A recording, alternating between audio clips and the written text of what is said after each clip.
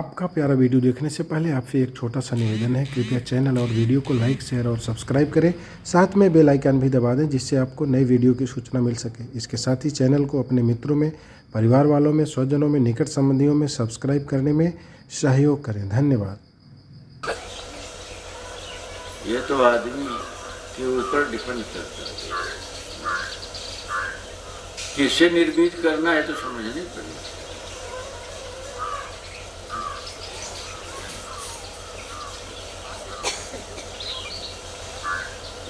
अब जो है हमें साधना के संस्कार महर्षि रमन के प्रबल रहे। पहले जन्म उन्होंने साधना किया, 12 वर्ष की उम्र में निकल जाते हैं, बहुत गहरे संस्कार निकल जाते हैं। यहाँ तो बुढ़े हो गए, मरने का समय आ गया, लेकिन अभी मोह वाली बात करते हैं, अभी ममता वाली बात। संस्कार की कमजोरी है। संस्कार होता है बढ़िया तो निकल जाते हैं, लग जाते हैं तुरंत। इसलिए बहुत आवश्यक है अपने संस्कारों की देख को समझा जाए, समझने की कोशिश किया जाए, विज्ञानी पुरुषों के सामने रखा जाए, कैसे निष्क्रिय किया जाएगा। ऐसे तो कोई करेगा नहीं, ये भी तय ऐसे नहीं करेगा, क्योंकि जो करता है उसमें राग है उसमें। अब कंजूस के पास धन तो है, लेकिन वो मर जाए, लेकिन वो निर्वासनिक स्टेज में नहीं जाएगा। वो कहावत में है कि भैया मर क्यों ही के सांप हो क्यों ही पहरा दे। ऐसा देखने में भी आया है, बड़े बड़े खजानों पे सर्प पहरा देते। जो जानते हैं इस पहलू को वो समझते हैं कि हाँ ऐसा देखा भी गया।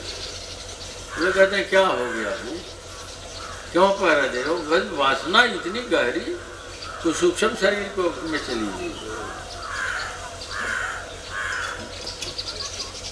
लोग डरते भी हैं इस बात को लेकर, किसी को इतना मत सताइए ना, हमको उसकी वासना, उसका चीज पर सोच चला जाए सूक्ष्म में तो बहुत दिक्कत हो जाएगी। हमारी बात नहीं समझ रहे बहुत दिक्कत। वैसे लोग कहावत में कहते हैं, देखा ना वो कब बहुत सताए रहे ना, मर तो गया लेकिन अब इनकर हालत खराब है। अभी कहीं कहीं लोग ये तर्क कभी कभी उठा ही देते, महाराज जी ऐसा क्या है, कुछ हो सकता है। अब हम उसमें क्या कर सकते हैं? लोग कहते आप तो कुछ बोलते नहीं, हम नहीं बोल सकते। उसका कारण साफ है, ये सब बातें लोग ज्यादा सुनते हैं। अगर आपने गलत कर्म किए हैं तो परिणाम तो पीछा आपका छोड़ेगा नहीं। मुझसे क्यों पूछ रहे हैं? अगर हम कह दें आप सही कर्म करिए तो करेंगे नहीं समझ में आ रही। हम इस चक्कर में पड़ेंगे। कर्म तो सबको अपना भोगना पड़ता है ना, कोई इससे बच नहीं सकता है। इसलिए इससे उदासे रहना ठीक है, क्योंकि हर जीवात्मा अपने सुख दुख का परिणाम ही झेल रही है। जब तक वो इससे ज्यादा कुछ नहीं, बड़े तर्क करते हैं क्या हमारा ही कर्म है, किसका कर्म है? आप जो कुछ भोग रहे हैं वो सब आपका कर्म। हाँ, ये अगर वो समझने को तत्पर है तब तो समझाया जाए। तो एज ए इंस्ट्रूमेंट, एक यंत्र की तरह हमारा प्रयोग करना चाहते हैं। हाँ, आप समझदार हैं तो आप बता तो सकते हैं, हम नहीं बता सकते, क्योंकि कर्म आपका है, आपको सुधारना है। आप कर्म के लिए तैयार नहीं है।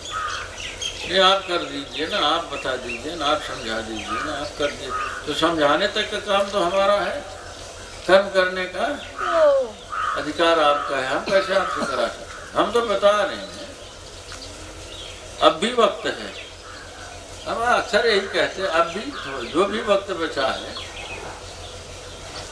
निमित्त मूलक संस्कारों को दृढ़ कर लीजिए। अब उसे बताएंगे तो उसमें भी तो बड़ी गड़बड़ी होती है। अपने ना पहनिए दूसरे को पहना दीजिए, अपने ना खाइए दूसरे को खिला दीजिए। आपको करने में जो करने में वासना निर्मूल होती वही करिए। कोई करेगा बड़ा मुश्किल, बड़ा मुश्किल। तो सबका गणित बैठा हुआ है ना। एक बार एक आदमी, यही का आदमी ने कहने लगा कि हाँ महाराज ऐसे मैंने बात तो आपकी ठीक है, हमारे है सबर कितना। कहने के लिए धन्यवाद।